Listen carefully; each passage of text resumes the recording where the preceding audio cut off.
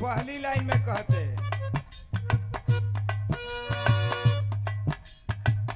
रोज रोज माजा राजा लेत बाड़ एसी के एको महीनावा माजा लेके देख देसी के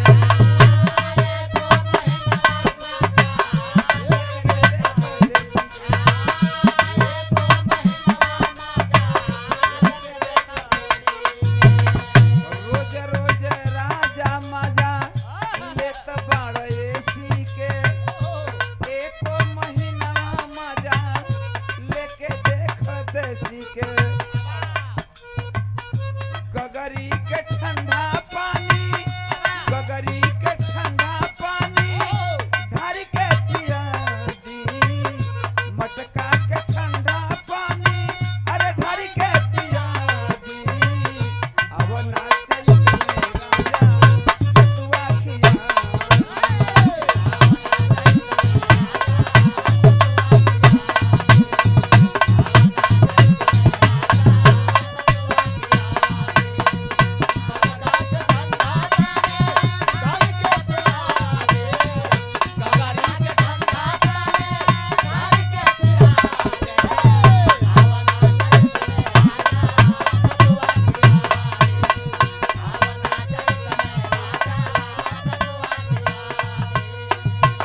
बड़ा एगो सुंदर बात गुड़िया कलिन ह और तनी हम आके लेटर रही आराम करत रही हैं मिजाज थकाई हो जाता रोज गावा दिन भर चला गावा रात में दिन भर चला दूरी भी हो जाता।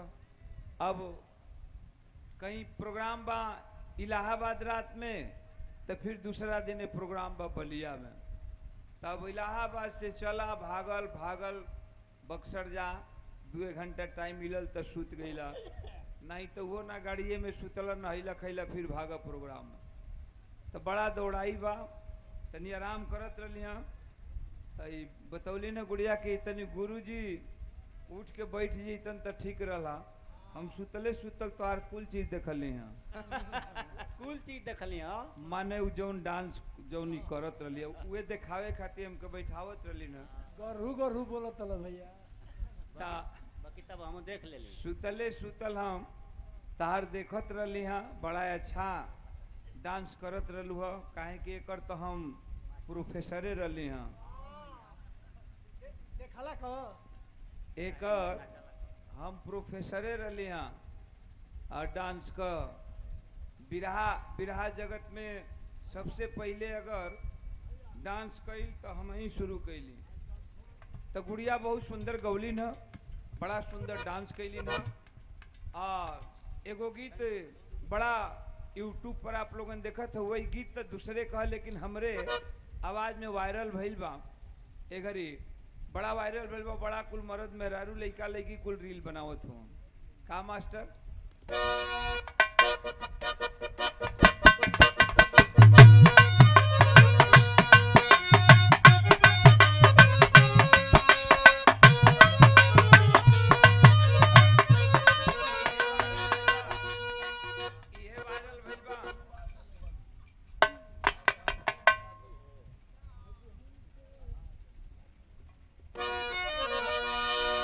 शैलेंद्रा के माई के दिमाग मत रखे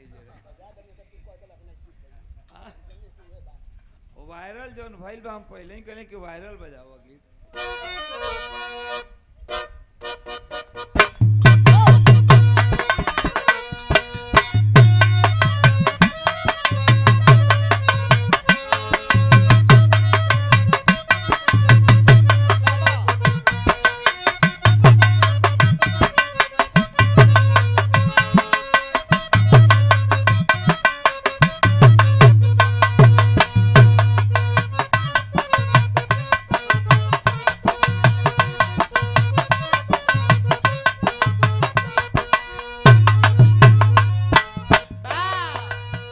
गीत दूसर के उगावल लेकिन आज के डेट में वायरल भइल हमरे आवाज में यूट्यूब पर आप लोगन सुनत हो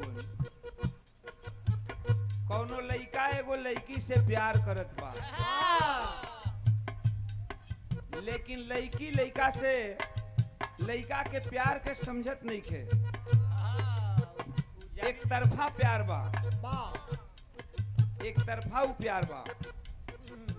लड़कवा तो करत बा लड़किया से प्यार, लेकिन लड़किया समझ नहीं के पावत ओकरे प्यार को। एक दिन लड़का सुतल बा, सूत के सवेरे में उठल बा, आँख मलता, आँख मलते घर के दुआरी पर निकलता तो ओकरा घरवा के बगल से एगो रास्ता जाता, उहे रास्ता पकड़ ले उ लइकिया जात रहे। अचानक एकर नजर पड़ गई, भोंक देकर दोनों आँख खुल गई। लड़कवा तिकवत बा लड़किया के, आँख बटपटा के तिकवत बा। लड़किया जब देखलस तो ओकरा हंसी छूट गल, आ लड़कियों तनी मजाक कर दिलस। लड़किया हंस के मुस्किया के आई अंगुरिया अपन मुस्किया के अंगुरिया अपन धोई के दांतवा में हेतरे दांतवा से दबले। देखिए कटा न जाए। दांतवा से दबा के तनी अखिया दबा दे लेबे, अब मुस्किया के चल दे लेबे। लड़किया मुस्किया के अंगुरिया दांतवा से दबा के तनी अखिया दबा दिया। अब देकर भग दे नहीं औरी आँख खुल गल। एगो बात कहले बा, ई भोजपुरी गजल ह। हम कहिला कि मिश्री के फिटिकरी के तनो उजर हो जाए तब मिश्री ना होई। आ भाषा तो कुल बढ़ले बा, लेकिन सब भाषा भोजपुरी ना होई।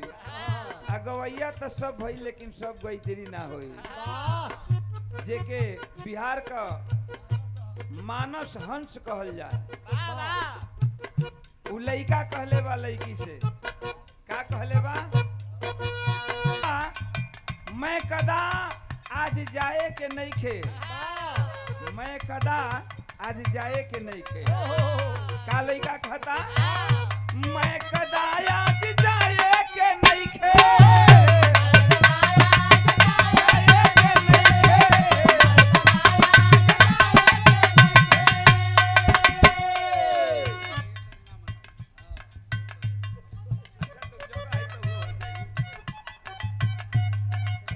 अरे मैं कदा आज जाए के नहीं खे, मैं कदा आज जाए के नहीं खे, मैं कदा आज जाए के नहीं खे। काहे हो कि अखिए से पिया दिल बाड़ी, अखिए से पिया दिल बाड़ी, अखिए से पिया दिल बाड़ी।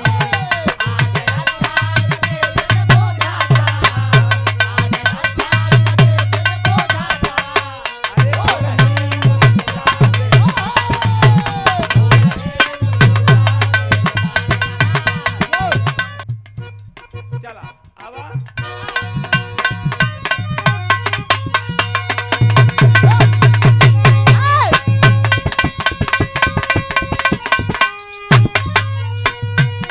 पहले का पुरनिया कहें कि बिरहा भइल भोजपुरी होखल, पूर्वी ना भइल त कोनो मकसद नहीं निकलत। पूर्वी का कई गो रूप होला, जौना में एगो इहो रूप बा हमरे बिहार में बड़ा प्यार से लोग गावेलन। का गावेलन,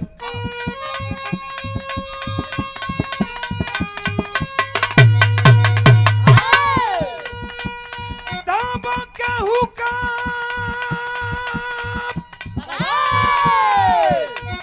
अब बिगारी जी, आरे कहू का बिगारी जी,